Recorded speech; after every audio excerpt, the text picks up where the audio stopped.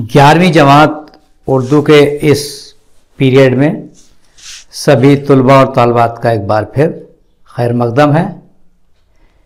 ग़ज़लियात की तशरीह के सिलसिले में आज हम ज़ौक़ साहब की कुछ गज़लों की तशरीह आपके सामने पेश करेंगे जो आपके निसाब में शामिल हैं। तो समाअत फरमाइए। पहली गज़ल ज़ौक़ साहब की। उसे हमने बहुत ढूंढा न पाया, अगर पाया तो खोज अपना न पाया। ज़ौक़ कहते हैं कि मैंने दर दर की खाक छान डाली मगर मैं उसे न ढूंढ पाया जिसको मैं अपना दिल देना चाहता हूँ। अलबत्ता उसकी तलाश में खुद को खो बैठा हूँ। जिस इंसान को सगे दुनिया न पाया, फरिश्ता उसका हम पाया न पाया।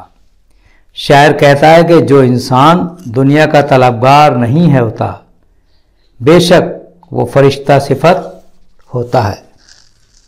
मुक़द्दर ही पे गर सूदो ज़िया है, तो हमने यहाँ न कुछ खोया न पाया। ज़ौक़ कहते हैं कि नफ़ा नुक़सान का ताल्लुक़ हर तकदीर से है, तो इस जहान में आकर हमने अगर कुछ पाया नहीं है तो कुछ खोया भी नहीं है। सुराग उम्र रफ्ता हो तो क्यों कर, कहीं जिसका निशान पा न पाया। शायर कहता है कि गुजरी हुई उम्र अगर अपने कदमों के निशान या माजी के निशान छोड़ जाती तो मुमकिन था हम उसकी बाबत कुछ जान लेते, लेकिन ये मुमकिन नहीं है। अहाते से फलक के हम तो कब के निकल जाते मगर रास्ता न पाया।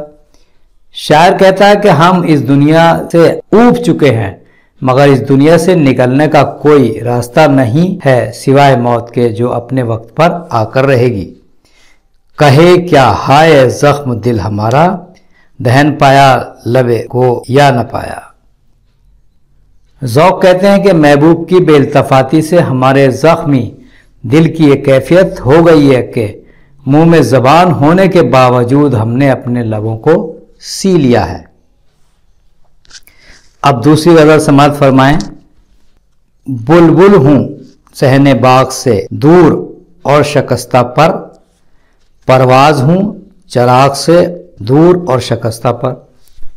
ज़ौक़ अपनी महरूमी का जिक्र करते हुए कहते हैं कि मैं उस बुलबुल की मानिंद हूँ जो अपने टूटे हुए बाजुओं के सबब चमन की लुत्फ़ अंदोजियों से महरूम है। मैं उस परवाने की तरह हूँ जो अपने शकस्ता परों के सबब चराग से दूर ही रहता है।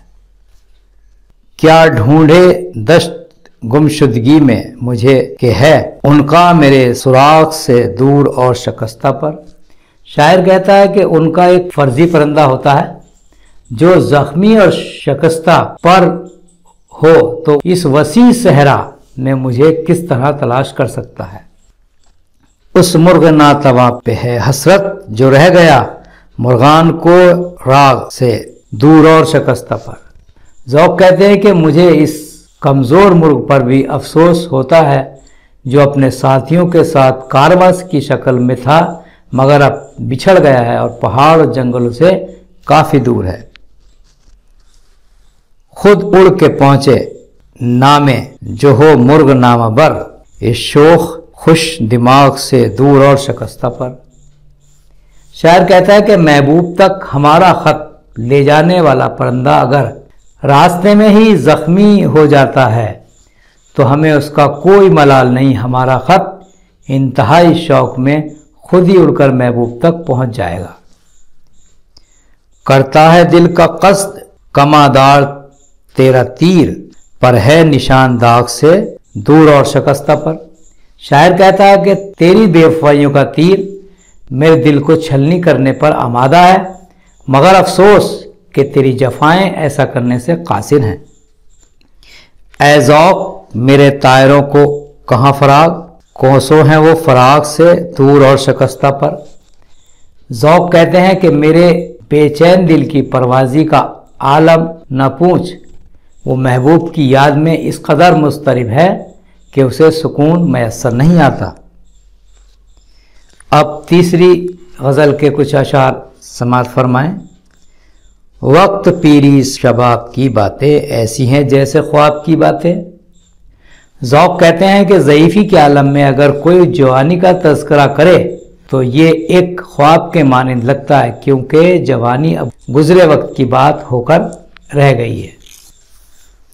तुझको रुसवा करेगी ख्वाब ए दिल, तेरी ये इस्तराब की बातें। शायर कहता है कि महबूब की जुस्तजू में तेरी ये मुस्तरिब कैफियत तुझे जलील और रुसवा कर देंगी। सुनते हैं उसको छेड़ छेड़ के हम, किस मज़े से इताब की बातें। लोग कहते हैं कि महबूब से दिल लगी और छेड़छाड़ करने पर उसका गुस्सा हमें बर्दाश्त करना पड़ता है, लेकिन फिर भी हम लुत्फ़ अंदोज़ होते हैं। ज़िक्र क्या ज़ौक़ इश्क में ए ज़ौक़, हम से हों सब्र ताब की बातें। शायर कहता है कि महबूब का जिक्र होने पर इस कदर मुस्तरिब हो जाते हैं कि सब्र ताब की बातें महाल हो जाती हैं। तो आज आपने ज़ौक़ साहब की ये 3 गज़लें समाअत फरमाई, इसकी तशरीह समाअत फरमाई। तो आज के पीरियड में बस इतना ही। कल फिर कुछ और गज़लियात की तशरीह के साथ हाजिर होंगे। इजाज़त दीजिए, खुदा हाफिज़।